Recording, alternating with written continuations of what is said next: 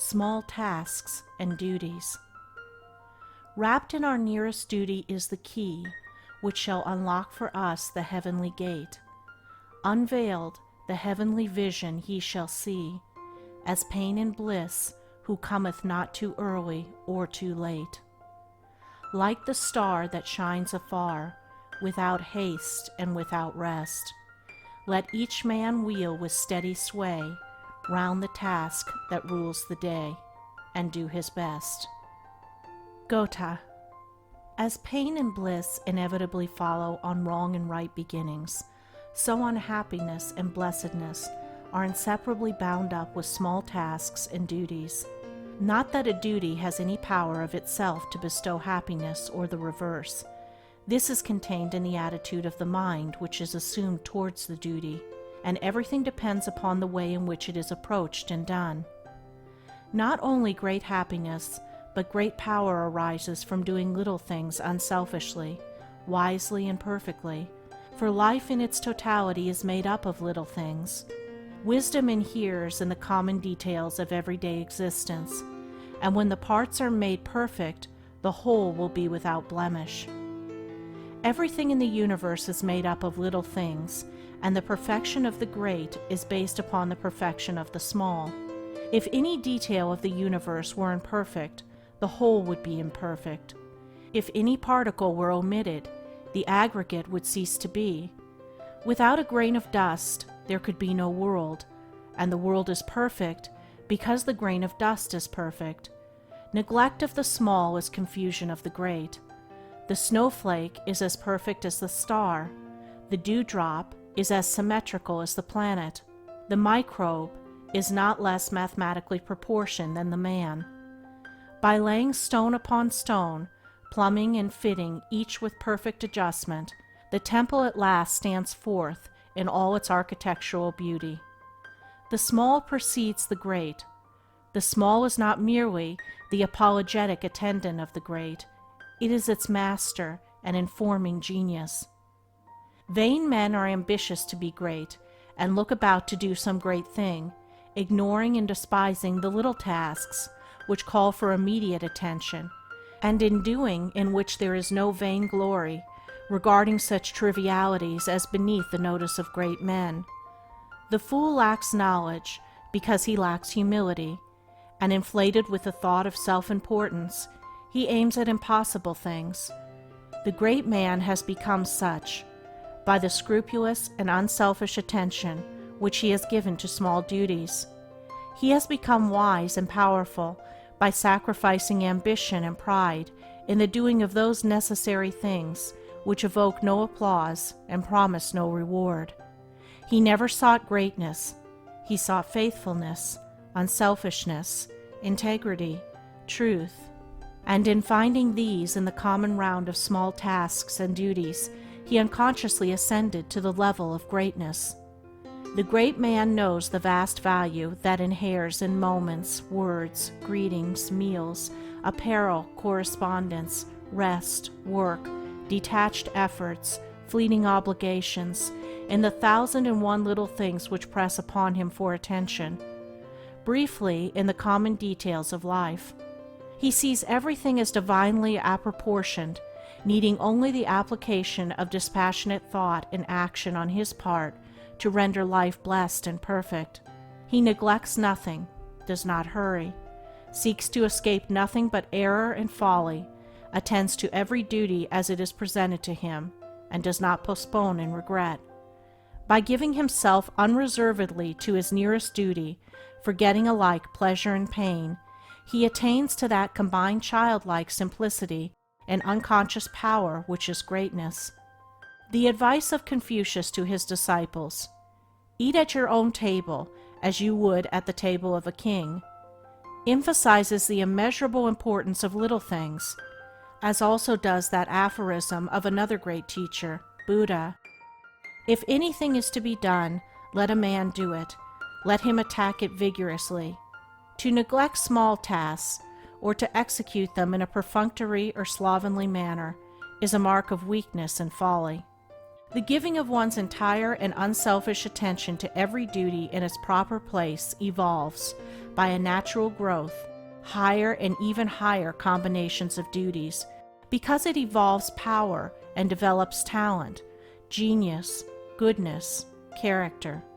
A man ascends into greatness as naturally and unconsciously as the plant evolves into a flower, and in the same manner, by fitting, with unabated energy and diligence, every effort and detail in its proper place, thus harmonizing his life and character without friction or waste of power.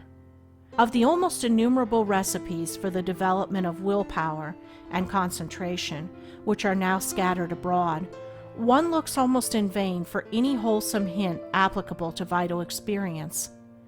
Breathings, postures, visualings, occult methods are practices as delusive as they are artificial and remote from all that is real and essential in life, while the true path, the path of duty, of earnest and undivided application to one's daily task, along with alone willpower and concentration of thought, can be wholesomely and normally developed, remains unknown, untrodden, unexplored, even by the elect. All unnatural forcing and straining in order to gain power should be abandoned. There is no way from childhood to manhood but by growth, nor is there any other way from folly to wisdom, from ignorance to knowledge, from weakness to strength. A man must learn how to grow little by little, and day after day, by adding thought to thought, effort to effort, deed to deed. It is true the fakir gains some sort of power by his long persistence in postures and mortifications, but it is a power which is brought at a heavy price, and that price is an equal loss of strength in another direction. He is never a strong, useful character, but a mere fantastic specialist in some psychological trick. He is not a developed man, he is a maimed man. True willpower consists in overcoming the irritabilities, follies, rash impulses, and moral lapses which accompany the daily life of the individual, and which are apt to manifest themselves on every slight provocation, and in developing calmness, self-possession, and dispassionate action in the press and heat of worldly duties, and in the midst of the passionate and unbalanced throng. Anything short of this is not true power, and this can only be developed along the normal pathway of steady growth, in executing ever more and more masterfully, unselfishly, and perfectly the daily round of legitimate tasks and pressing obligations. The master is not he whose psychological accomplishments, rounded by mystery and wonder, leave him at unguarded moments the prey of irritability, of regret, of peevishness, or other petty folly or vice, but he whose mastery is manifested in fortitude, non-resentment, steadfastness, calmness, and infinite patience. The true master is master of himself. Anything other than this is not mastery, but delusion. The man who sets his whole mind on the doing of each task as it is presented, who puts into it energy and intelligence, shutting all else out from his mind, and striving to do that one thing, no matter how small, completely and perfectly, detaching himself from all reward in his task, that man will every day be acquiring greater command over his mind, and will, by ever ascending degrees, become at last a man of power, a master. Put yourself unreservedly into your present task, and so work, act, live, that you shall leave each task a finished piece of labor. This is the very true way to the acquisition of willpower, concentration of thought, and conservation of energy. Look not about for magical formulas, for strained and artificial methods. Every resource is already with you and within you. You have but to learn how wisely to apply yourself in that place which you now occupy. Until this is done, those other and higher places which are waiting for you cannot be taken possession of, cannot be reached. There is no way to strengthen wisdom but by acting strongly and wisely in the present moment, and each present moment reveals its task. The great man, the wise man, does small things greatly, regarding nothing as trivial that is necessary. The weak man, the foolish man, does small things carelessly and meaningly, hankering the while after some greater work for which, in his neglect and inability in small matters, he is ceaselessly advertising his incapacity. The man who least governs himself is always more ambitious to govern others and assume important responsibilities. Whoso neglects a thing which he suspects he ought to do because it seems too small a thing is deceiving himself. It is not too little, but too great for him that he doth it not. And just as the strong doing of small tasks leads to greater strength, so the doing of those tasks weakly leads to greater weakness. What a man is in his fractional duties, that he is in the aggregate of his character. Weakness is as great a source of suffering as sin, and there can be no true blessedness until some measure of strength of character is evolved. The weak man becomes strong by attaching value to little things and doing them accordingly. The strong man becomes weak by falling into looseness and neglect concerning small things, thereby forfeiting his simple wisdom and squandering his energy. Herein we see the beneficent operation of that law of growth, which is expressed in the little understood words, "To him that hath shall be given, and from him that hath not shall be taken away, even that which he hath." Man instantly gains or loses by every thought he thinks, every word he says, every act he does, and every work to which he puts heart and hand. His character from moment to moment is a graduating quantity, to or from which some measure of good is added or subtracted during every moment, and the gain or loss is involved, even to absoluteness, in each thought, word, and deed, as these follow each other in rapid sequence. He who masters the small becomes the rightful possessor of the great. He who is mastered by the small can achieve no superlative victory. Life is a kind of cooperative trust, in which the whole is the nature of and dependent upon the unit. A successful business, a perfect machine, a glorious temple, or a beautiful character is evolved from the perfect adjustment of a multiplicity of parts. The foolish man thinks that little faults, little indulgences, little sins are of no consequence. He persuades himself that so long as he does not commit flagrant immoralities, he is virtuous and even holy, but he is thereby deprived of virtue and holiness, and the world knows him accordingly. It does not reverence, adore, and love him. It passes him by. He is reckoned of no account. His influence is destroyed. The efforts of such a man to make the world virtuous, his exhortations to his fellow men to abandon great vices, are empty of substance and barren of fruitage. The insignificance which he attaches to his small vices permeates his whole character and is the measure of his manhood. He is regarded as an insignificant man.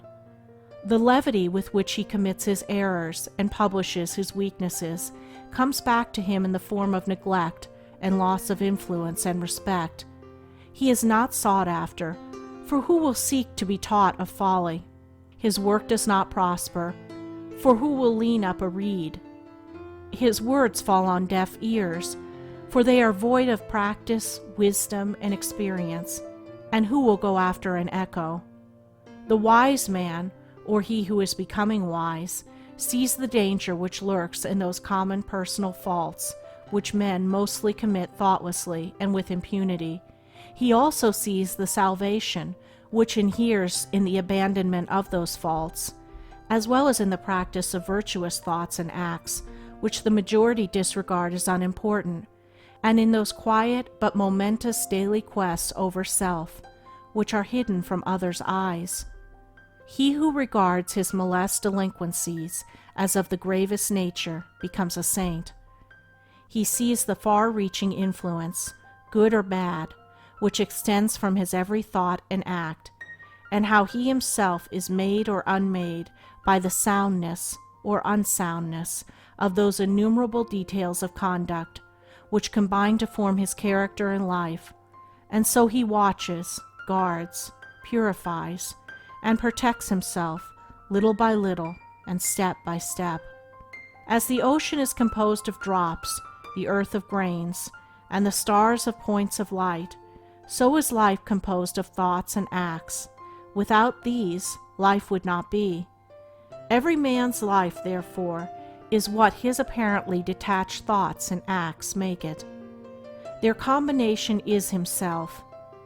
As the year consists of a given number of sequential moments, so a man's character and life consists of a given number of sequential thoughts and deeds, and the finished whole will bear the impress of the parts. All sorts of things and weather must be taken in together to make up a year and a sphere. Little kindnesses, generosities, and sacrifices make up a kind and generous character. Little renunciations, endurances, and victories over self make up a strong and noble character. The truly honest man is honest in the minutest details of his life. The noble man is noble in every little thing he says and does. It is a fatal delusion with men to think that life is detached from the momentary thought and act, and not to understand that the passing thought and deed is the foundation and substance of life. When this is fully understood, all things are seen as sacred, and every act becomes religious.